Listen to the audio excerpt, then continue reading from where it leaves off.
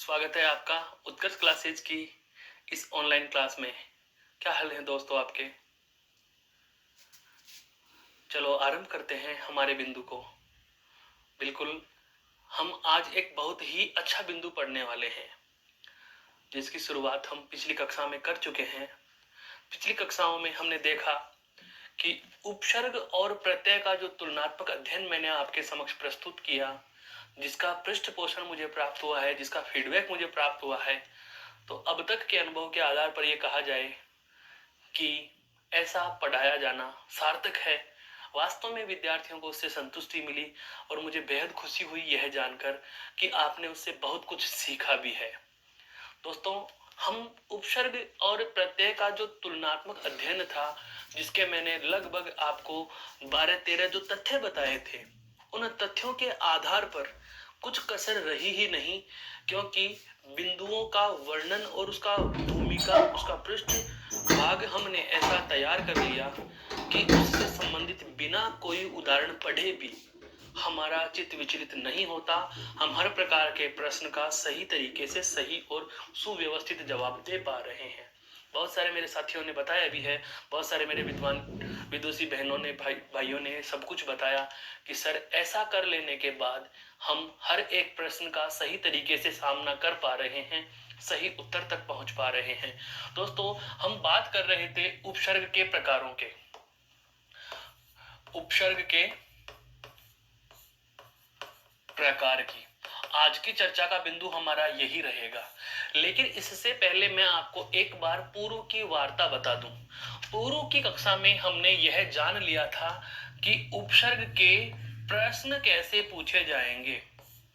प्रश्न कैसे पूछे जाएंगे, क्योंकि जब तक हमें यह नहीं पता होता कि इस बिंदु में प्रश्न कैसे पूछे जाते हैं, इस बिंदु में प्रश्न किस तरीके से पूछे जाते हैं, तब तक हमें उस बिंदु के पढ़ने की तह का पता नहीं चल पाता है। मैं बात करूं अगर उपसर्ग के प्रश्नों के प्रकारों की, तो आपको मोटे मोटे 3 प्रकार के प्रश्नों का सामना करना पड़ता है। इसकी चर्चा हम पिछली कक्षा में कर भी चुके हैं। एक बार पुनः मैं प्रत्यास्मरण कराना चाहूंगा आपका इस बात के लिए। सबसे पहला आपको पूछेगा कि उपसर्ग में जो मूल शब्द होता है वह कैसा होता है? विकारी शब्द होता है। कैसा शब्द होता है? विकारी शब्द होता है।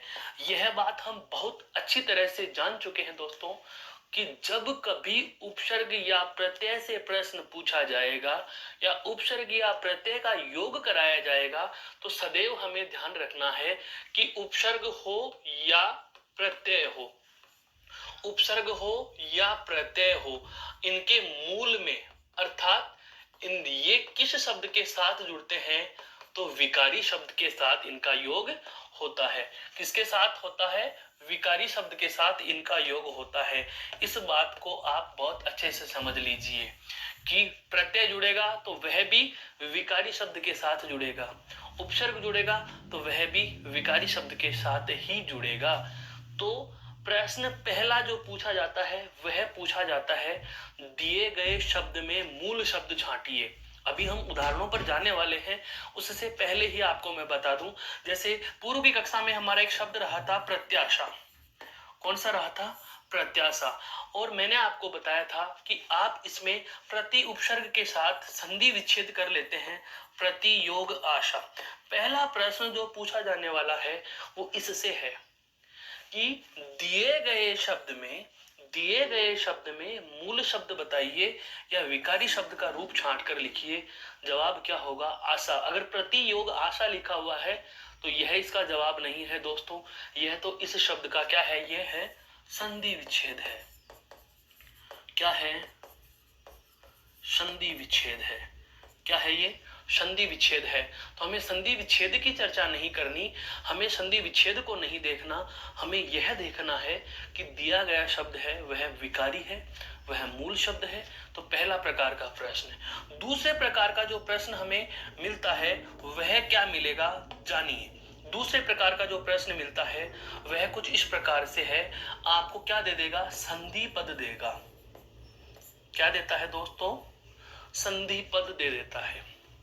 कोई भी संधि का उदाहरण दे देगा जो उपसर्ग के योग से बनी हो, क्योंकि मैं आपको पुनः कह रहा हूं, पूर्व की कक्षा में हम जान चुके थे कि उपसर्ग के योग से संधि पद बनाए जा सकते हैं। उदाहरण की बात करें तो यण संधि में, उदाहरण की बात करें तो यण संधि में बहुत सारे उदाहरण हमें ऐसे मिलते हैं जिनमें हम संधि पद देखते हैं उपसर्ग के योग से बने हुए। उसके बाद व्यंजन संधि के स्वतंत्र नियमों की बात करें तो देखो, व्यंजन संधि में एक सघोष की संधि हम पढ़ते हैं। उस सघोष की संधि के ठीक बाद हमारा एक नियम आता है अनुस्वार की संधि। उस अनुस्वार की संधि के बाद हम एक नियम पढ़ते हैं दोस्तों, जिसमें आपने पढ़ा होगा हलंत तय या दय की संधि, अर्थात उत या उद उपसर्ग के योग से बनने वाले शब्द। इसके बाद आपने पढ़ा होगा निर उपसर्ग के उदाहरण। किसके पढ़े होंगे? निर उपसर्ग के उदाहरण। इसके बाद हम पढ़ते हैं दोस्तों निश उपसर्ग के उदाहरण। किसके पढ़ते हैं? निश उपसर्ग के उदाहरण पढ़ते हैं। इसके बाद हम पढ़ते हैं दोस्तों दुर उपसर्ग के उदाहरण। इसके बाद हम पढ़ते हैं दुस उपसर्ग के उदाहरण। तो ऐसे कुछ स्वतंत्र संधि के प्रकार हैं। स्वतंत्र संधि के अर्थात व्यंजन संधि के मूल नियम ही ऐसे हैं जो पूरे के पूरे एक उपसर्ग पर निर्भर करते हैं। आपने पढ़ा परि उपसर्ग का नियम। किसका पढ़ा? परि उपसर्ग का नियम। आपने पढ़ा सम उपसर्ग का नियम। नियम आता था कुछ इस प्रकार से कि यदि परि उपसर्ग के बाद क्री धातु के योग से बना कोई शब्द हो तो इन दोनों के मध्य मूर्धन्य सकार का आदेश हो जाता है। बहुत बार आगम हो जाता है, सुना है। सम उपसर्ग के बाद यदि क्री धातु से बना कोई शब्द हो तो स्वर रहित में अनुस्वार में आदेश हो जाएगा और इन दोनों के मध्य दंत्य सकार का आगम हो जाता है। ये नियम हमने पढ़े हैं। तो ये नियम कहाँ से निकल करके आए? तो उस प्रकार से हमें कोई संधि पद दे देता है और उपसर्ग पूछ लेता है। विद्यार्थी क्या सोचता है? संधि चीज अलग होती है, उपसर्ग अलग होते हैं, समास अलग होते हैं। तो जो ये बिंदुओं को बांट बांट कर पढ़ने की हमारी आदत है, उस आदत का फायदा परीक्षक उठा लेता है और वहां से प्रश्न पूछ बैठता है। हम गलती कर जाते हैं। उदाहरण समझो, मान लीजिए शब्द दे दिया संस्कृत। शब्द क्या दे दिया? संस्कृत। प्रश्न कुछ इस प्रकार से है, दिए गए शब्द में उपसर्ग छांटिए। दिए गए शब्द में उपसर्ग है और उपसर्ग क्या लिख दिया? सम योग कृत। दिए गए शब्द में उपसर्ग व मूल शब्द छांटिए, ऐसे है। या दिए गए शब्द का उपसर्ग व मूल शब्द को अलग अलग कीजिए। पहला विकल्प सम प्लस कृत बना दिया। दूसरा विकल्प उसने बनाया है संस प्लस कृत। तीसरा विकल्प इसने बना दिया स प्लस स्कृत। और चौथा विकल्प बना दिया उपर्युक्त में से कोई नहीं। अब गलती कहां करते हैं हम, वो देखिए। हम क्या सोचते हैं, संस्कृत शब्द है, ये तो हमने संधि में पढ़ा। पहला विकल्प पढ़ा सम प्लस कृत, यह तो इसका क्या है? विद्यार्थी के दिमाग में पहला ही क्लिक किया होता है, यह इसका क्या है? संधि विच्छेद है। क्या है भाई? ये उसका संधि विच्छेद है। और इस संधि विच्छेद को हम संधि विच्छेद समझ करके और इस विकल्प को हम चयन में लेते ही नहीं। क्यों? क्योंकि हमारे जहन में तो अलग बैठा हुआ है कि संधि चीज अलग होती है और उपसर्ग चीज अलग होता है। हमारे बात यह मस्तिष्क में घर कर गई कि हिंदी के सारे टॉपिक अलग अलग हैं। लेकिन यह बात हमारे समझ में अभी भी नहीं आई होती कि सारी की सारी हिंदी व्याकरण एक दूसरे में उलझी हुई है, गुथी हुई है। इन बिंदुओं के मध्य अंतर संबंध पाया जाता है। तो जब आपसे विच्छेद दे दिया जाए तो आपको वह लाइन याद आनी चाहिए जो पूर्व की कक्षा में हम पढ़ चुके हैं कि उपसर्ग के योग से संधि पद बनाए जा सकते हैं। अब आपको संधि पद देकर के उपसर्ग पूछ रहा है तो नियम वही क्लिक होना चाहिए कि यह उपसर्ग के योग से संधि पद बनाया गया है। तो चाहे विच्छेद हो लेकिन इसका जवाब भी यही होगा। इसका जवाब भी यही होगा। यहां तक बात समझ में आ गई? बिल्कुल। तो आपका यस सर का जो जवाब है यह सुनकर मुझे लग रहा है कि आप कुछ समझ तो पा रहे हैं। तो दोस्तों, ध्यान देने वाली बात यहाँ यह थी कि प्रश्न का जो प्रकार दूसरा था वह था संधि पद देकर। अब मैं चलता हूं तीसरे प्रकार के प्रश्न पर। तीसरे प्रकार का जो प्रश्न है वह क्या है? कुछ एकाधिक उपसर्ग के पद देता है। एकाधिक उपसर्ग के पद, अर्थात हमें कुछ ऐसे उदाहरण प्रस्तुत कर देते हैं, हमारे समक्ष ऐसे उदाहरण रख दिए जाते हैं एकाधिक, जिसमें एक से अधिक उपसर्ग जुड़े होते हैं। हो सकता है उनका शाब्दिक विच्छेद करवा ले, हो सकता है केवल उपसर्ग अलग करवा ले। प्रश्न कैसे आएगा वह समझो, इसके उदाहरण कैसे होते हैं वह जानते हैं। देखो इसमें लिख दिया जाए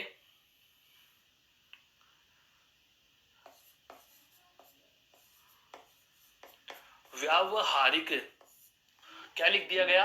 व्यावहारिक। अब इसका उपसर्ग निकालने से पहले हम इसके मूल शब्द पर जाएंगे।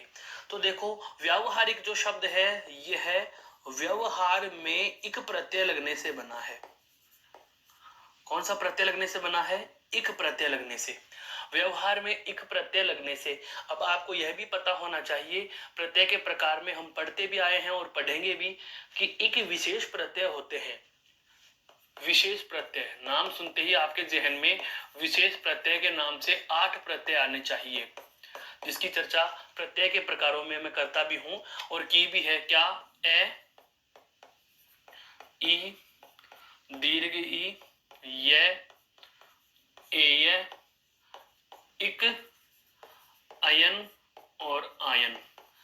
इन 8 प्रत्ययों में से यदि किसी प्रत्यय को हम विकारी शब्द के साथ योग कराते हैं तो मूल शब्द के प्रथम वर्ण में जुड़ा स्वर बदल जाता है।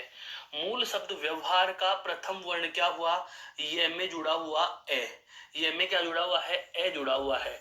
और ए यदि होगा तो ए के स्थान पर क्या बन जाता है दोस्तों? आ बन जाता है। तो वे की जगह क्या हो जाता है? व्या, फिर वे का वे, हा का हा, और रे पे ई की मात्रा लगाएंगे तो री और कै। तो मूल शब्द हमारे पास क्या निकल के आया? व्यवहार। प्रश्न क्या पूछ रहा था? एकाधिक उपसर्ग का पद है, दिए गए शब्द में उपसर्ग छांट कर लिखो। अब आपको उपसर्ग छांट कर लिखने के लिए देखो, सबसे पहले इसका वियोग अवहार, वियोग अवहार, यह तो आपने यह संधि से इसका संधि विच्छेद किया। दूसरे प्रकार का प्रश्न, लेकिन एकाधिक उपसर्ग है तो जाहिर सी बात है इसका और टुकड़ा होगा। इसका टुकड़ा क्या करेंगे? अवयोग हार। तो अब एकाधिक उपसर्ग यह है हार, तो क्या हो गया? मूल शब्द। मूल शब्द पहले प्रकार का प्रश्न पूछे तो आंसर क्या होगा? हार होगा। संधि से पूछे तो वी प्लस अवहार होगा। संधि से पूछे तो वी प्लस अवहार होगा। और यदि एकाधिक उपसर्ग दे दिया जाए तो एक उपसर्ग तो आपने वी निकाला, दूसरा अव निकाला, तो इसका जवाब कुछ ऐसे बनेगा। क्या? वी योग अवयोग हार। अब आपको एकाधिक उपसर्ग में दिया गया क्या क्या है? वी कोमा अव। बहुत बार ऐसे भी आए हुए हैं व्यवहार शब्द में कौन कौन से उपसर्ग है, और विकल्प कैसे बना देता है? विकल्प बना देता है वी प्लस अव, अव प्लस वी, वी कोमा अव और अव कोमा वी। अब आपको उसने सवाल क्या पूछा है? कौन कौन से उपसर्ग हैं? तो अब आप यहाँ योग का चिन्ह तो ले ही नहीं सकते, योग का चिन्ह तो ले ही नहीं सकते, दोनों विकल्प हट गए। अब हमारे पास दो हैं। वास्तव में प्रश्न के दोनों विकल्प सही आ रहे हैं। क्या? व्यवहार में देखो अब उपसर्ग भी जुड़ा हुआ है और वी भी जुड़ा हुआ है, लेकिन विकल्प का भाषा समझिए। प्रश्न क्या पूछा? व्यवहार शब्द में कौन कौन से उपसर्ग हैं, आप इनको उस क्रम में बताइए। पहले आने वाला उपसर्ग पहले आएगा, बाद आने वाला उपसर्ग बाद में आएगा। तो पहले कौन सा आया? वी। बाद में कौन सा आता है? अव। अगर आप इसको अवयोग वी लिख देते हो या अव कोमा वी कर देते हो तो आपने इसका क्रम भंग कर दिया, जो कि आपके प्रश्न को गलत ठहरा देता है। तो इसका विकल्प क्या हो जाएगा? वी कोमा अव। तो यह तो थी दोस्तों उपसर्ग के प्रश्न के प्रकार पर। अब हम चर्चा करेंगे उपसर्ग के प्रकार पर। तो उपसर्ग के प्रकार में आपको मैं बता दूं, पूर्व की कक्षा में भी हम इसकी चर्चा कर चुके हैं कि उपसर्ग में हम हिंदी भाषा की बात करें तो मोटे मोटे रूप से 3 भागों में हम बांटकर पढ़ते हैं उपसर्ग को। कितने भागों में बांटकर पढ़ेंगे? 3 में। अगर आपसे प्रश्न पूछा जाता है, पहली बात तो ये प्रश्न बनता भी नहीं है कि उपसर्ग के कितने प्रकार होते हैं। हाँ, प्रत्यय के पूछ लिए जाए, प्रत्यय के प्रकार अगर आपसे पूछे जाते हैं तो प्रत्यय के प्रकार आपको कितने करने हैं? दो। प्रत्यय के प्रकार कितने करने हैं? दो करने हैं। लेकिन अगर आपसे उपसर्ग के प्रकार पूछे जाते हैं तो आप उपसर्ग के कोई प्रकार नहीं बता पाएंगे। उपसर्ग लेकिन हम हिंदी में 3 श्रेणियों में बांटकर उपसर्ग पढ़ते हैं, ये समझना। ये 3 श्रेणियां क्या क्या होती हैं? सबसे पहले हम पढ़ते हैं दोस्तों हिंदी भाषा में क्या? संस्कृत भाषा के उपसर्ग। किसके उपसर्ग पढ़ते हैं? संस्कृत भाषा के उपसर्ग पढ़ते हैं। हिंदी में पढ़े जाने वाले उपसर्ग बता रहा हूं, कौन कौन से उपसर्ग पढ़े जाते हैं। तो सबसे पहले तो हिंदी में हम कौन से उपसर्ग पढ़ते हैं? संस्कृत भाषा के उपसर्ग। दूसरे हिंदी में पढ़ते हैं हम स्वयं हिंदी के उपसर्ग, हिंदी के उपसर्ग।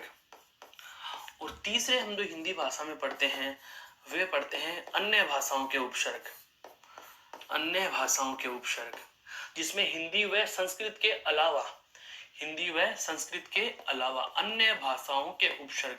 तो अन्य भाषाओं के उपसर्ग। इस प्रकार से कुछ 3 श्रेणियां हमारे हिंदी भाषा में उपसर्ग की मानी गई हैं। अब हिंदी भाषा के उपसर्ग कितने हैं, संस्कृत भाषा के उपसर्ग कितने हैं, या विदेशी उपसर्ग कितने हैं? तो स्वतंत्र भाषा के उपसर्गों की बात की जाए तो संख्या असीमित हो जाएगी। लेकिन हमारे हिंदी भाषा में हम संस्कृत के भी कितने पढ़ते हैं? 22 उपसर्ग। हिंदी के भी कितने पढ़ते हैं? 22 उपसर्ग। और विदेशी भी कितने पढ़ते हैं? 22 उपसर्ग। कुछ समझ में आ रहा है मेरे कहने का आशय क्या हुआ? हिंदी भाषा में कुल उपसर्गों की 3 श्रेणियां बांट करके हम लगभग 66 और एक अन्य उपसर्ग के नाम से चौथा और उपसर्ग 22 उपसर्ग बना दिए जाते हैं, जिसमें आपके पूरे 88 उपसर्ग बन जाते हैं। लेकिन जो अन्य उपसर्ग हैं उनकी संख्या निश्चित नहीं है। तो आपको मोटे तौर पर यह ध्यान रखना होगा कि हिंदी भाषा में हम 3 श्रेणियों में बांटकर सभी उपसर्गों की चर्चा करते हैं। सबसे पहली श्रेणी है संस्कृत भाषा के उपसर्ग की, दूसरी श्रेणी है आपके हिंदी भाषा के उपसर्ग की, और तीसरी श्रेणी है दोस्तों आपके विदेशी या अन्य भाषाओं के उपसर्गों की। अब सबसे पहले हम चर्चा आरंभ जो करेंगे वह होगी आपके संस्कृत भाषा के 22 उपसर्गों की। तो अब हम एक एक उपसर्ग और उसके कुछ उदाहरणों पर चर्चा करते हैं। तो देखिए, सबसे पहले हम बात करें संस्कृत के उपसर्ग। संस्कृत के उपसर्गों की संख्या अगर आपसे पूछी जाए तो संख्या कितनी दी हुई है? 22 दी गई है। कितनी दे दी गई? 22। उदाहरणों पर आओ। सबसे पहला क्या कह रहा है? अति। सबसे पहला कौन सा है? अति। अति का उदाहरण हम लेना चाहें जैसे अत्यंत। शब्द क्या है? अत्यंत। संधि से बन रहा है, उपसर्ग से नहीं है, संधि से बन रहा है। ध्यान दीजिए दोस्तों, संधि से बना रहा हूं। अति उपसर्ग था, अंत मूल शब्द है, अंत मूल शब्द है। ए और तय को हलंत करेंगे तो जाहिर सी बात है स्वर रहित ई निकलेगा। स्वर रहित तय को करने के बाद लघु ई, और उसके बाद में क्या है? ए, और फिर क्या जुड़ा हुआ है? न और तय। नियम क्या कहता है यण संधि का कि यदि ई उ व री के बाद असमान स्वर का योग हो तो ई अपने ही जगह पर किस में बदल जाएगी? ये में। और असमान स्वर की क्या लगा देंगे दोस्तों? मात्रा।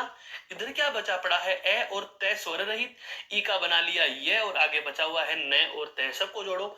ए का तो ए, तय में ये जोड़ा तो तय, और उसके बाद ये में ए जुड़ गया, ये पूरा हुआ, और आगे क्या लिखा हुआ है? न और तय।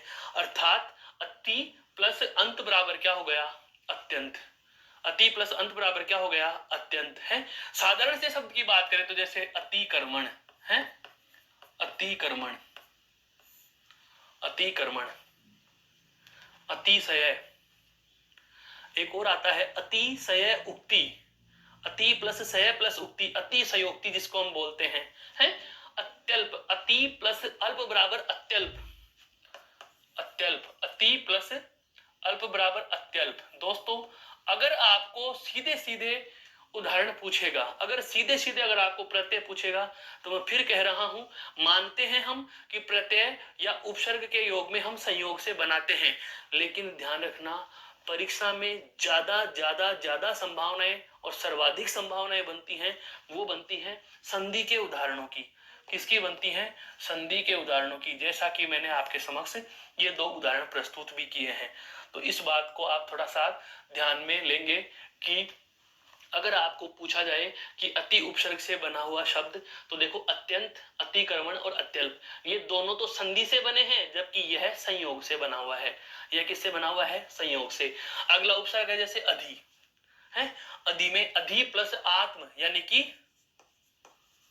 अध्यात्म। मैं संधि के उदाहरणों पर ज्यादा जोर इसलिए दे रहा हूं दोस्तों, क्योंकि उपसर्ग में उपसर्ग के उदाहरण कम पूछता है, संधि के ज्यादा पूछता है। वजह क्या है? अगर आपको ये पूछे अधि प्लस कार बराबर अधिकार, ऐसा तो जो नहीं पढ़ के जाएगा, जिसने 4 महीने 6 महीने मेहनत नहीं भी करी होगी, वह भी इस प्रश्न को जवाब दे लेगा। लेकिन इसका जवाब वही दे पाएगा जिसको यह पता है कि अधि प्लस आत्म बराबर अध्यात्म होता है। यण संधि में जिसने यह पढ़ा है कि अधि प्लस अक्षी बराबर अध्यक्ष होता है, वही विद्यार्थी इसका जवाब दे पाएगा। तो मेरे कहने का आशय आपके समझ में आ गया होगा कि आप उपसर्ग को केवल उपसर्ग के उदाहरण से नहीं, बल्कि उपसर्ग को आप संधि के उदाहरणों के संदर्भ से पढ़ना आरंभ करेंगे, तब जाकर ही आपको इसके पढ़ने का आनंद आएगा। जैसे अनु है, अनु में आता है अनु प्लस अय बराबर अन्वय। अनु प्लस अय बराबर क्या आता है दोस्तों? अन्वय। साधारण सा उदाहरण ले, अनुभव, अनु योग भव बराबर अनुभव। अनुभव है, अनुभव। अनुभव संयोग का उदाहरण है, अनुभव संयोग का उदाहरण है। अब देखो अनुभव क्या है दोस्तों? संयोग का उदाहरण। अनु प्लस अय, यण संधि में हम पढ़ते हैं ए का तो ए, न को हलंत करेंगे तो जाहिर सी बात है लघु उ बाहर निकल करके आएगा। आगे क्या जुड़ा हुआ है? ए, और उसके बाद में क्या है? ये। उ के बाद असमान स्वर का योग हो रहा है, तो उ के स्थान पर क्या बन जाएगा? वह बन जाएगा। इधर क्या बचा पड़ा है? ए और न स्वर रहित। आगे क्या है? ए प्लस ये, वे में ए जोड़ेंगे तो वह पूरा। इधर क्या बचा हुआ है? ए और न आधा, और आगे क्या है? ये शब्द क्या बन गया? अन्वय। ऐसा जवाब कौन विद्यार्थी दे पाएगा? जिसको संधि पता होगी, जिसको संधि पता होगी। यहाँ उपसर्ग नहीं पूछ रहा है वो। बहुत बार क्या होता है, मैंने आपको एक बार पूर्व में बताया था कि पाठ्यक्रम में, परीक्षा के पाठ्यक्रम में प्रश्नों की संख्या तो कुछ 10 1 हो गई और सिलेबस में बिंदु आ गए 15। तो अब 10 प्रश्न लेने हैं और 15 बिंदुओं में से लेने हैं, तो परीक्षक के सामने समस्या खड़ी हो जाती है कि मैं कोई बिंदु छोड़ भी नहीं दूं और प्रश्न भी सारे ले लूं। तो वह क्या करता है? वो अपने मस्तिष्क पर जोर डालेगा। उसने क्या करना है? वह कुछ ऐसे प्रश्नों का समावेश आपके पेपर में करने लग जाता है जो एक अकेला बिंदु नहीं बल्कि 2-3 बिंदुओं के सहयोग से बनता हो। जैसे अभी अभी मैंने आपके समक्ष व्यावहारिक शब्द लिया था, उसमें संधि भी थी, उसमें प्रत्यय भी था, उसमें उपसर्ग भी था। तो 3 टॉपिकों को अकेला शब्द कवर कर रहा है। ऐसे शब्दों पर ही ज्यादा जोर दिया जाता है। तो आप समझ गए होंगे मैं क्या कहना चाह रहा हूं। चाहे अनुकरण है, अनुकरण के अनुसार के जैसा, अनुकरण, अनुकरण, अनुकरण के अनुसार के जैसा, के अनुसार के जैसा है। अप का जैसे अपयश, यश का विलोम क्या होता है? अपयश, अपयश, अपयोग यश, अपयश है। अपयोग व्यय, अपव्यय, अपव्यय, अपव्यय। अभिप्सा है, अभि प्लस ईप्सा बराबर अभिप्सा, दीर्घ स्वर संधि है। अभि प्लस यास बराबर आस बराबर अभ्यास। क्या होता है दोस्तों? अभ्यास। अभि प्लस आगत बराबर अभ्यागत है, अभ्यागत। तीनों के तीनों उदाहरण संधि के आपके समक्ष मैंने प्रस्तुत किए। संधि के उदाहरण देने का वजह मैं आपको बार बार बता रहा हूं कि परीक्षा में परीक्षक को यह पता होता है कि विद्यार्थी संयोग का उपसर्ग अलग कर सकता है। अनुकरण शब्द देकर के पूछे कि उपसर्ग कौन सा है, तो हर किसी को पता है अनु प्लस करण, अनुकरण है। अनुभव देकर के अनु प्लस भव है। अधिकार में अधि प्लस कार, अतिक्रमण में अति प्लस कर्मण। लेकिन अत्यल्प वही बता पाएगा जिसने संधि पढ़ी हो, अभ्यास वही बता पाएगा जिसने संधि पढ़ी हो है।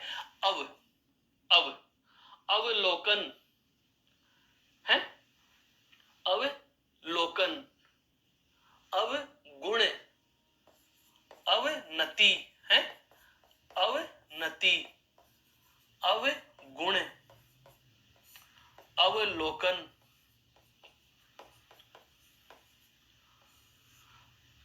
अवलोकन। अगला उपसर्ग कौन सा है आपके समक्ष? आ उपसर्ग बहुत ही अच्छा है। जैसे हमने आरंभ में बिंदु पढ़ना शुरू किया था, हार में पहले आ जोड़ा, क्या बना? आहार है, आहार, आहार, आहार, आयोग हार बराबर आहार है। जन्म में आ जोड़ देंगे तो क्या हो जाएगा? आजन्म। आजन्म। अव्ययीभाव समास में भी पढ़ना इस चीज को, आजन्म है। जीवन में आ जोड़ देते हैं तो क्या बन जाएगा दोस्तों, आजीवन है, आजीवन। अगला क्या है, उत। अब ध्यान दो, इस उत के संदर्भ में आपको एक उद और मिलता है, उद, उत या उद। सबसे पहला और सबसे बड़ा भ्रम मेरे साथियों को यह होता है कि सर उत होता है या उद होता है। दोस्तों मैं फिर कह रहा हूं, उत और उद, इसकी आपको स्थिति समझा देता हूं। दो उपसर्ग हैं आपके समक्ष, दो उपसर्ग हैं, कौन कौन सा, उत, उद, और एक है सत या सद। तय और दय में आपको भ्रमित इसलिए होना पड़ जाता है कि आप निश्चित नहीं कर पाते तय आएगा या दय आएगा, बल्कि वास्तविकता बता देता हूं दोस्तों, यहां पर लड़ाई तय और दय में नहीं है, ही नहीं झगड़े की बात। क्यों, ये क्या है भाई, वर्ग का पहला वर्ण, वर्ग का पहला वर्ण, और ये क्या है, वर्ग का तीसरा वर्ण, ये वर्ग का तीसरा वर्ण। तय वर्ग का पहला, तय वर्ग का पहला क्या होता है, तकार, और तय वर्ग का तीसरा कौन सा है, दकार।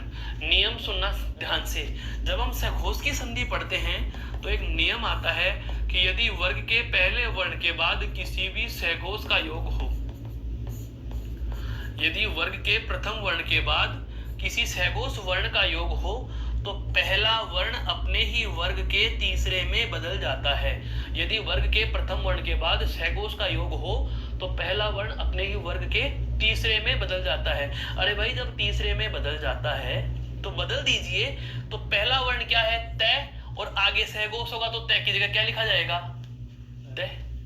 तय की जगह क्या लिखा जाएगा, दय। जैसे उत प्लस लाश हो, उत प्लस लाश हो, हम बहुत पढ़ते भी हैं, उत प्लस लाश हो तो तय के बाद में लय। अब सघोष में आपको पता है ये रे ले वे है तो आते ही आते हैं, तीसरा चौथा पांचवा भी आता है और सभी स्वर भी आते हैं। तो लय वर्ण सघोष में से दे दिया, सघोष में दे दिया, तो तय के स्थान पर हमें क्या लिखना पड़ेगा, दय। और दय है, तय हो या दय हो, आगे क्या लिखा हुआ है, लय। संधि में पढ़ते हैं आगे लय वर्ण हो तो तय हो या दय हो, दोनों के स्थान पर क्या करना है हमें, लय। तो तय का भी लय बनाना पड़ रहा है, दय का भी लय बनाना पड़ रहा है, अर्थात विकार और आदेश दोनों एक जैसे हो रहे हैं, विकार और आदेश दोनों एक जैसे हो रहे हैं। मेरे कहने का आशय यह है क्या कि उत आए या उद आए आपको भ्रमित नहीं होना है, बल्कि हिंदी की बात करें तो हिंदी में उत मानते हैं, जबकि संस्कृत की बात करें तो संस्कृत में उद मानते हैं। हम दोनों भाषाओं की बात करें तो दोनों मानेंगे। कुछ समझ में आया, उत या उद। तो उत और उद को लेकर के आपको इस चीज के झगड़े में पड़ना नहीं है। शब्द की बात करें तो जैसे आते हैं उत्पन्न है, उत्पन्न, उत्पन्न है, उत प्लस पन बराबर उत्पन्न है, उत्कर्ष, उत्कर्ष, उत प्लस कर्ष है। आगे देखो उप, उपयोग, उप प्लस कार बराबर उपकार, उप प्लस हार बराबर उपहार, उप प्लस हार बराबर उपहार है। ऐसे ही आगे बढ़े हम, दुर और दुस, तो दुर में क्या हो जाएगा, जैसे दुर प्लस आग्रह है, दुराग्रह, दुर प्लस आग्रह, दुराग्रह, दुर प्लस आशा बराबर दुराशा, दुराशा, दुर प्लस आशा, दुर यानी बुरी। लेकिन अब ध्यान देना, यहां पर यह एक संधि में भी है, समझो कैसे। अगर आपको दुराशा शब्द दिया हुआ है और संधि पूछे, अब संधि विच्छेद में आपको यह दे दिया दुर प्लस आशा, तो यह इसका संधि विच्छेद नहीं होगा।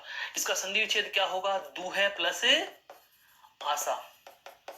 दोस्तों यह है रेप की संधि। कौन सी संधि का उदाहरण है ये, विसर्ग संधि का। कौन सी संधि का है, विसर्ग संधि का। हम उपसर्ग बिंदु के ठीक बाद में एक संधि से संबंधित संधि और उपसर्ग में अंतर वाली बात हम पढ़ेंगे, उस समय फिर से इस बात पर मैं जोर दूंगा। अभी आपके जहन में इतना सा संकेत रखो कि दुर प्लस आशा और दुह प्लस आशा दोनों चीजें मान्य है। क्यों, यह है उपसर्ग में, यह किस में है, उपसर्ग में, और यह कहां है दोस्तों, यह है संधि में। यह कहां है, संधि में। तो आपको इस चीज को लेकर के भ्रमित नहीं होना है। तो जैसे अब दुस आएगा, दुस, दुस में ध्यान दीजिए शब्द कैसे कैसे बनेंगे। एक तो जैसे दुष्स्वप्न आ गया, तो यहां पर तो दंत्य सकार का दंत्य सकार लिख दिया। लेकिन अगर आपको यह लिखा हुआ मिल जाए दुशासन, अब समझो आप, यहां पर दुशासन कौन सा सह लिख रहा हूं, सह शंकर वाला, जबकि उपसर्ग में क्या लिखा हुआ है, सह स्लेट वाला।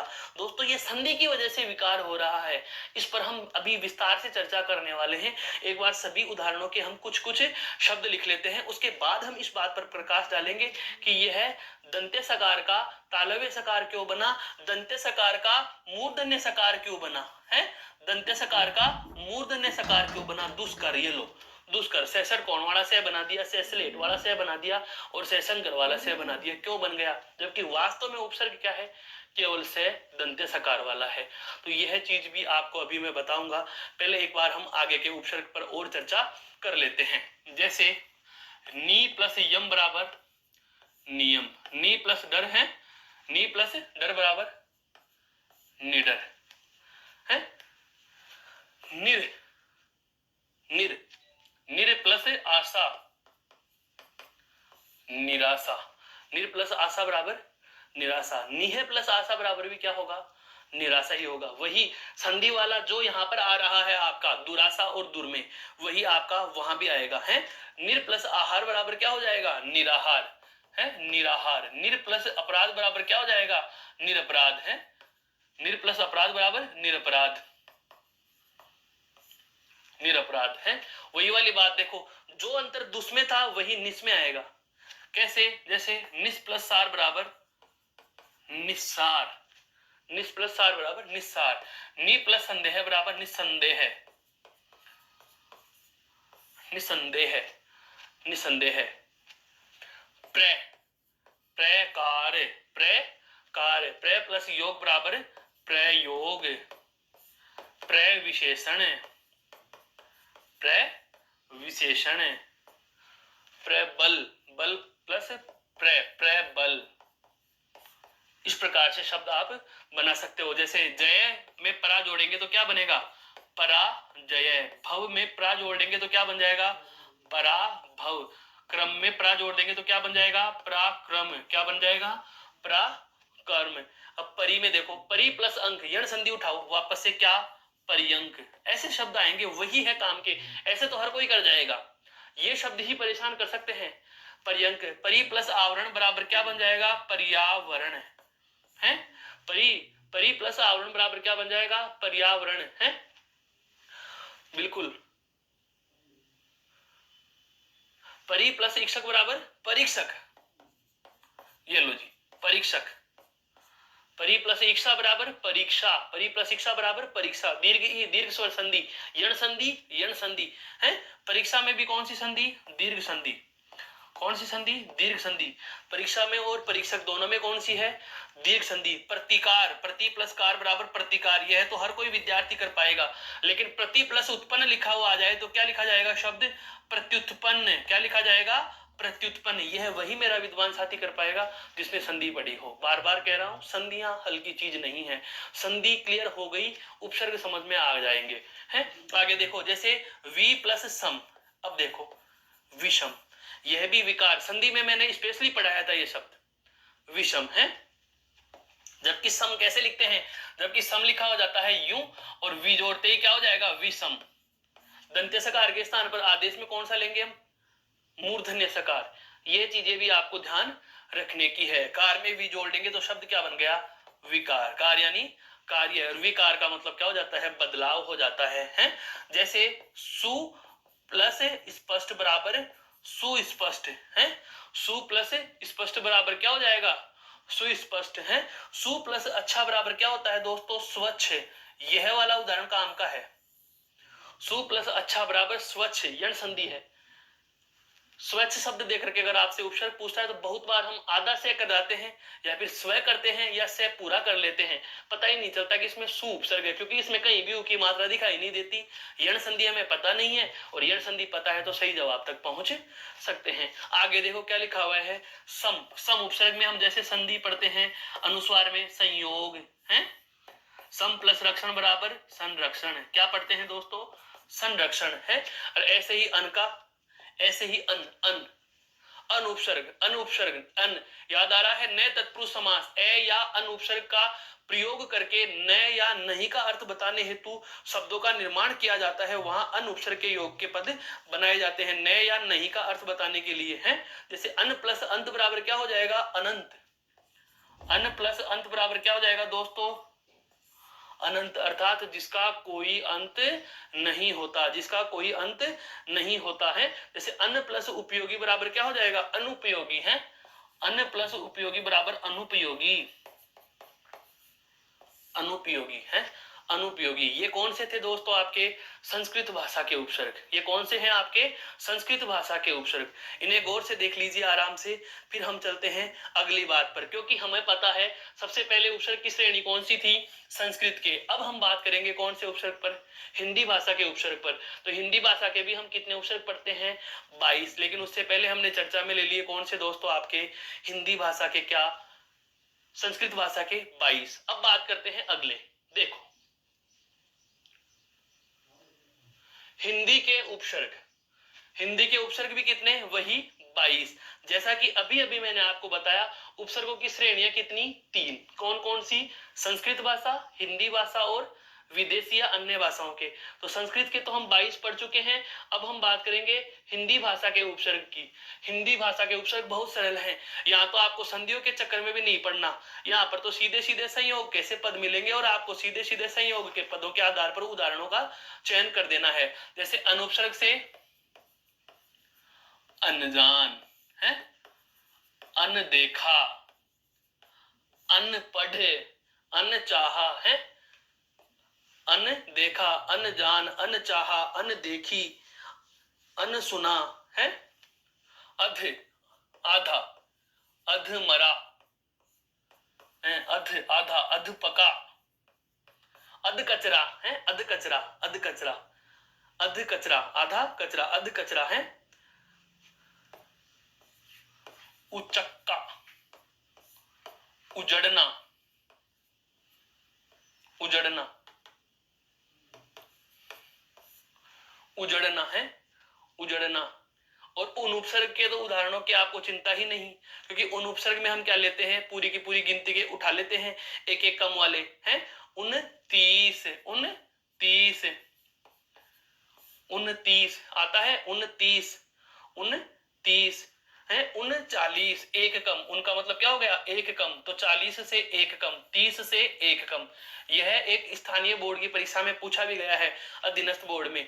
एक कम के संदर्भ में कौन से उपसर्ग का प्रयोग करेंगे, एक कम के संदर्भ में कौन सा जाएगा, आपका उन उपसर्ग प्रयोग में लिया जाता है। इसको ए नहीं समझे, ये उन है, उन। 29, 39 है।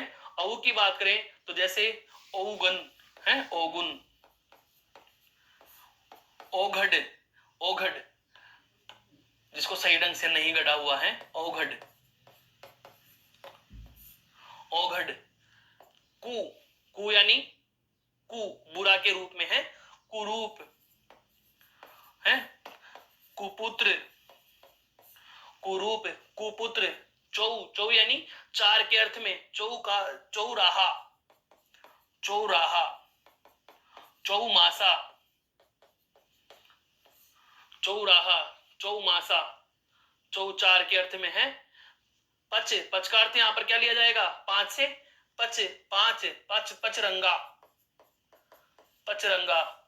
जैसे कबीरदास जी की भाषा कौन सी थी, पंचमेली खिचड़ी है, पचमेल है, पचमेल अर्थात 5 के मेल से बनी हुई पचमेल है। 5 अनाजों को कूट करके जो अन्न बनाया जाता है, पंचकूटा जिसको हम बोलते हैं, एक प्रसाद भी होता है, बिल्कुल। आगे है पर, पर यानी दूसरा है, पर दूसरा। जैसे दूसरे दादा, परदादा है।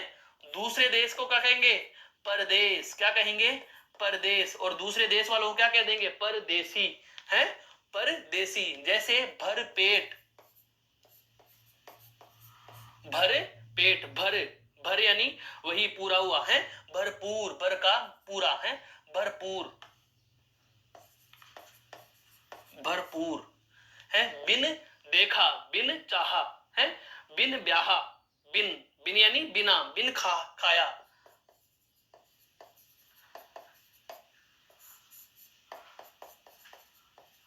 बिन ब्याहा, जिसकी शादी नहीं हुई है, जिसका विवाह नहीं हुआ है, जिसका विवाह नहीं हुआ है। ऐसे ही है दोस्तों ती के अर्थ में क्या, जैसे तिराहा है, तिराहा है, तिरंगा, तीन रंगों वाला है, तीन रंगा। दो में क्या हो जाएगा, दो का। ये देखो कुछ संख्या सूचक शब्द हैं, एक दो, चो यानी चार, पच यानी पांच, ती यानी तीन, दो यानी दो। दो के अर्थ के लिए आ रहा है, जैसे दो रंगों वाला है दुरंगी है, दो रंगों वाला दुरंगी है। जैसे दो पट्टियों का समूह है, आपको पढ़ाया भी था मैंने, दुपट्टा। दो लड़ा है, दू के अर्थ में दो, दो के अर्थ में दू उपसर्ग से हम बनाते हैं। ऐसे आता है जैसे का मतलब जैसे कायर, का पुरुष बुरा पुरुष, का पुरुष बुरा पुरुष। सैजल सहित है, सैजल। सपूत है, सफल।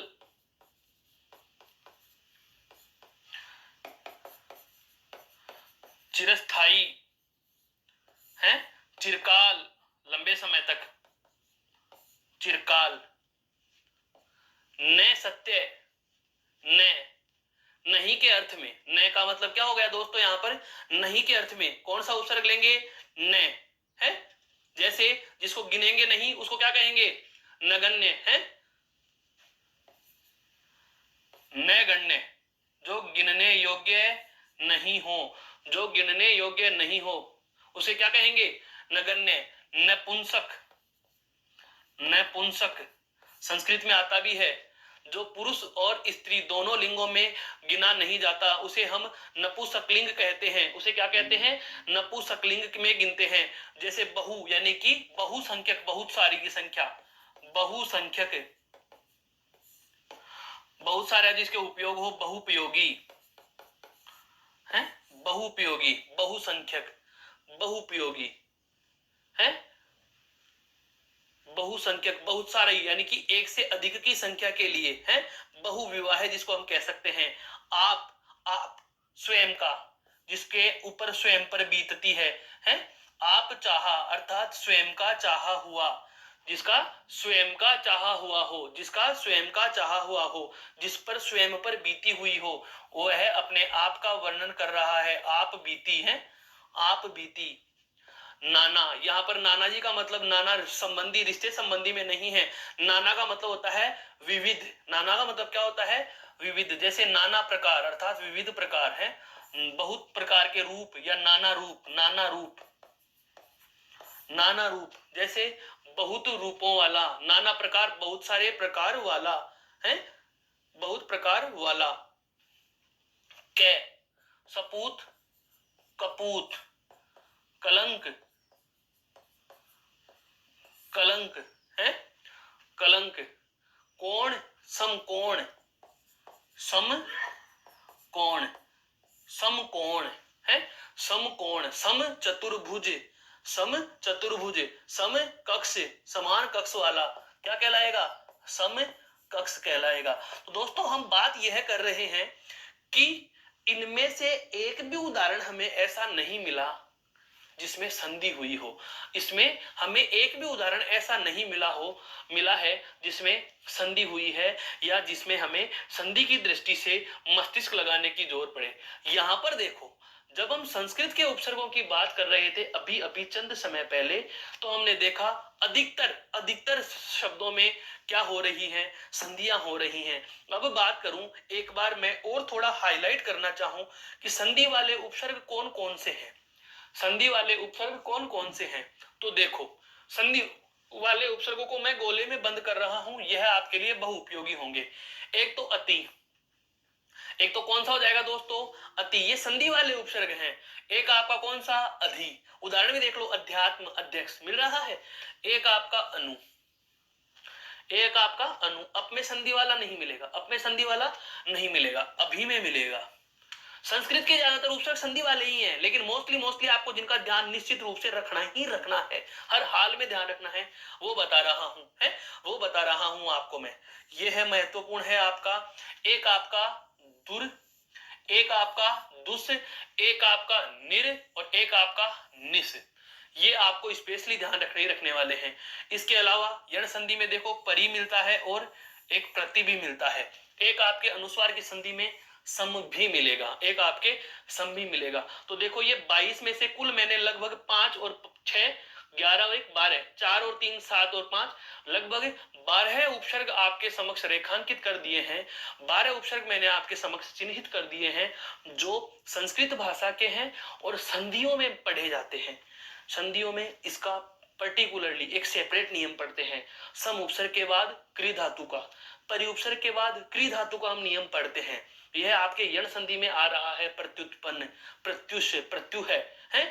इसके अलावा जैसे देखो ये आपके निस और दुस, इन दोनों को तो हम विसर्ग संधि में पढ़ेंगे ही पढ़ेंगे, जिसकी चर्चा तो अभी मैं करने ही वाला हूं कि प्रश्न में क्या पूछा जाएगा, जवाब कैसे देना है। एक आपके निरुपसर्ग का नियम आता है विसर्ग संधि में, दुरुपसर्ग आता है विसर्ग संधि में। उत और उद, सत और सद की तरह ही आपके ये कहां पर आएंगे, व्यंजन संधि में आते हैं आपके। इसके अलावा अति, अधि और अनु, ये तीनों के तीनों आपके यण संधि में बहुत अच्छे अच्छे उदाहरण और कठिन कठिन उदाहरण इनके हमारे समक्ष प्रस्तुत होते हैं। तो हम बात कर रहे हैं जहां उपसर्गों की 3 श्रेणियों की, कि सबसे पहले उपसर्ग जो थे वो कौन से थे। तो सबसे पहले उपसर्ग थे संस्कृत भाषा के 22, उसके बाद हमने देखे हिंदी भाषा के 22। दोस्तों अगर बात की जाए मूल रूप से उपसर्ग संबंधी प्रश्नों की, तो हिंदी में भी, लेकिन है महत्वपूर्ण यही, अगर मोस्ट की बात की जाए तो आपको केवल संस्कृत भाषा के जो 22 उपसर्ग हम हिंदी भाषा में पढ़ते हैं वहीं से ही प्रश्न मिलता है और वहीं से आपको प्रश्न का सामना करना पड़ेगा। लेकिन अब बात की जाए एक शेष प्रकार जो अब रह रहा है हमारा, कौन सा, विदेशी या अन्य भाषा के उपसर्गों का, उस पर भी हम प्रकाश डाल लेते हैं। तो विदेशी या अन्य भाषा के उपसर्गों की बात की जाए तो ये भी लगभग हमारे हिंदी में कितने पढ़े जाते हैं, देखो 22 उपसर्ग हम उठा रहे हैं। 22 उपसर्गों के हम एक एक दो दो उदाहरणों की चर्चा यहाँ भी कर ले लेते हैं। जैसे बे है, बे उपसर्ग, बे उपसर्ग का जैसे बिना के संदर्भ में लिया जाता है। बे घर, जिसके पास घर नहीं है, रहित है जो है, बिल्कुल है, जिसको दर्द नहीं होता उसको क्या कहेंगे, बेदर्द है, बेदर्द। बेवफा, अन्यथा न ले, कृपया अन्यथा न ले, हाँ बिल्कुल उदाहरण है भाई। ऐसे ही बेपनाह है, बेपनाह है। ऐसे शब्द जो शब्द ही है विदेशी, विदेशी का मतलब उर्दू, अंग्रेजी, अरबी और फारसी। उर्दू, अंग्रेजी, अरबी और फारसी, मोस्टली हम इन 4 भाषाओं की बात करेंगे। और उर्दू, अरबी और फारसी 3 भाषाएं, ये तो गजल और शायरियों की भाषा रही हैं। तो यहाँ पर बहुत सारे शब्द ऐसे आएंगे जिनका हम प्रयोग बिल्कुल दुष्यंत कुमार ने अपनी गजलों में भी किया है। दुष्यंत कुमार हिंदी के एकमात्र शायर कवि जिनको कहा जाता है, उनकी मैं बात कर रहा हूं। आता है जैसे दर, दर यानी में है, दर असल, दरअसल, दरअसल यानी कि असल में है, दरअसल, दरबार, दरबार, दरबार, दरबार, दरअसल, दरबार, बिल्कुल। बाइज्जत, बाअदब, बाअदब है, बाअदब। कम तोल, कम तोलने वाला है। कम अक्ल, कम जिसमें अक्ल है, कम अक्ल, कम अक्ल है। लाजवाब, जिसका कोई जवाब नहीं, लाजवाब। ऐसी बीमारी जिसका कोई इलाज नहीं है, ऐसी बीमारी जिसका कोई इलाज नहीं, वह क्या हो जाएगी, ला इलाज। क्या हो जाएगी, ला इलाज। ऐसा कोई जिसका वारिस नहीं, उसको क्या कहेंगे दोस्तों, लावारिस। क्या हो जाएगा, लावारिस है, जिसका वारिस की बात की जाए, है लावारिस। अर्थात ला प्लस वारिस बराबर लावारिस, यानी कि जिसके वारिस नहीं है उसे क्या कहा जाएगा, लावारिस। आगे बात करते हैं। ना, ना पसंद है, ना काम, ना पसंद, ना कामयाब।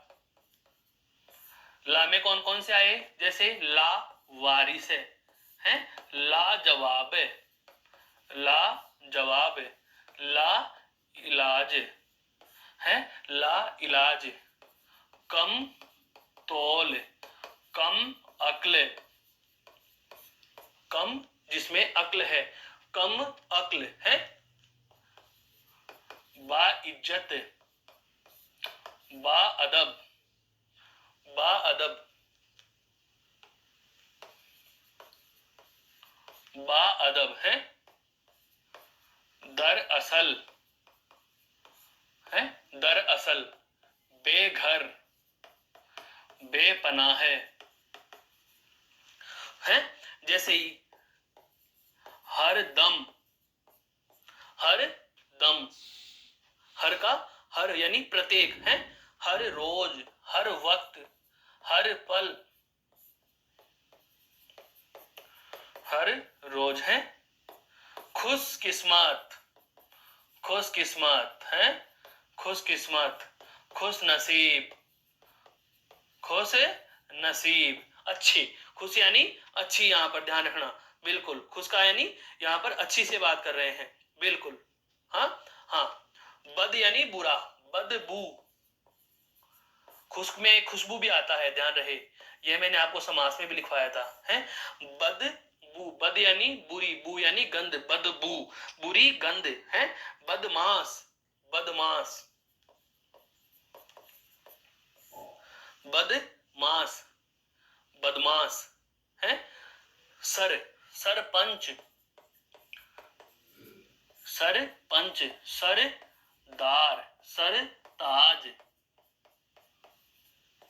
सरताज, सरदार, सरकार है, बेखूबी, बखूबी है, बेखूबी, बखूबी, बेतौर, बैतौर, बतौर, बैतौर, बतौर है, बिला, बिला, बिला का अर्थ भी होता है बिना, जैसे बिना वजह होता है वैसे होता है बिला वजह है, बिना कसूर होता है वैसे होता है बिला कसूर, बिला कसूर यानी कि बिना किसी कसूर के, बिल्कुल। हाँ, बेस, बहुत, बेशकीमती, जिसकी बहुत ज्यादा कीमत हो, जिसकी बहुत ज्यादा कीमत हो, बेस, अत्यधिक जिसकी हम बात कर रहे हैं, बेशकीमती, बेशकीमत भी कहा जाता है, बेशकीमत है, बेशकीमत, बेशकीमत भी आ जाए, बेशकीमत है, नेक नियत,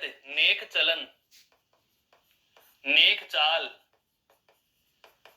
नेक चाल, ऐन मौका, ऐन मौका है, ऐन वक्त, ऐन वक्त है, जैसे हम सफर, हम शकल, हम शक्ल जिसको हम बोलते हैं हम शक्ल है, अल कायदा, अल कायदा, अल, अल कायदा, बिना कायदे वाले हैं, अल कायदा, अल विदा है, अल विदा, अल, अल विदा, जैसे गैर, गैर पुरुष, गैर का मतलब होता है दोस्तों यहां पर पराया, गैर नृत्य का भी नाम है, गैर नृत्य का नाम है, यहां पर गैर से नृत्य मत ले लेना है, गैर वाजिब, गैर वाजिब, गैर वाजिब, जो सही नहीं हो, गैर मर्द है, गैर पुरुष भी कह सकते हो, गैर मर्द भी कह सकते हो, है, head office, head office, head office है, headmaster, headmaster, headmaster है, हाफ अक्ल है, हाफ यानी आधा, हाफ अक्ल आधी अक्ल का है, हाफ पैंट, हाफ बाजू, हाफ बाजू, हाफ बाजू भी बोला जाता है, हाफ बाजू, हाफ यानी आधा, हाफ कमीज है, हाफ कमीज है, सब, सब यानी से ठीक छोटा है, सब इंस्पेक्टर, सब इंस्पेक्टर, बिल्कुल, सब रजिस्ट्रार,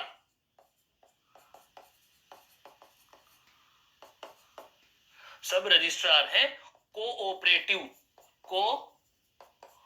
कोऑपरेटिव।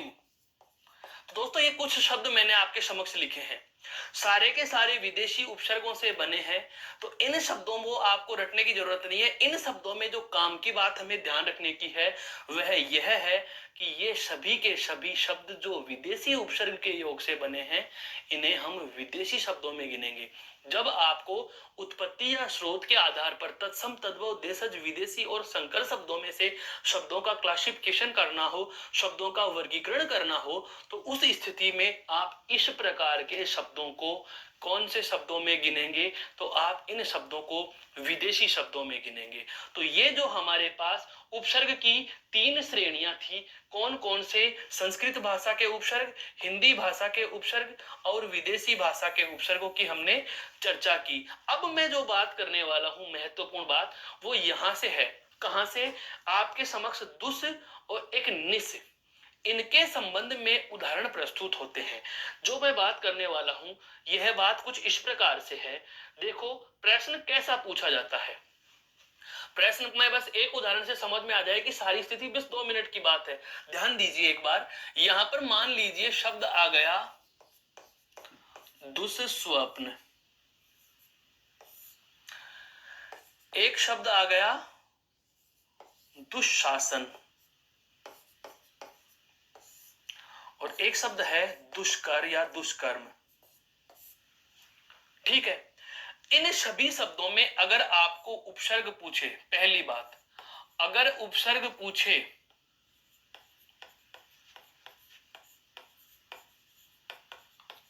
तो सदैव कौन सा बताना है? दुष् बताना है। जबकि इनका संधि विच्छेद देखना, इन शब्दों का संधि विच्छेद देखना दोस्तों, इसका संधि विच्छेद होता है दूहे प्लस स्वप्न, दूहे प्लस स्वप्न। इसका संधि विच्छेद होता है दूहे प्लस शासन, दूहे प्लस शासन। और इसका संधि विच्छेद होता है दूहे प्लस कर्म, दूहे प्लस कर्म। नियम क्या कह रहा है वो सुनिए। यदि विसर्ग के बाद दंते वर्ण होते हैं तो विसर्ग के स्थान पर, विसर्ग के स्थान पर दंते सकार आदेश होगा। कौन सा सकार आदेश होगा? दंते सकार आदेश होगा। यदि विसर्ग के बाद तालव्य वर्ण हो तो यहाँ तालव्य सकार आदेश होगा। और यदि विसर्ग के बाद क, ख, प, फ या मैं वर्ण हो या कोई मूर्धन्य वर्ण में अघोष वर्ण हो तो ऐसी स्थिति में यहाँ मूर्धन्य सकार आदेश हो जाएगा। कौन सा आदेश हो जाएगा? मूर्धन्य सकार आदेश। तो मूर्धन्य सकार आदेश, दंत्य सकार आदेश हम करें तो शब्द कैसे बने? दुष प्लस स्वप्न, ये कैसा बना? दुष प्लस शासन, और यह कैसा बना? दुष प्लस कर्म।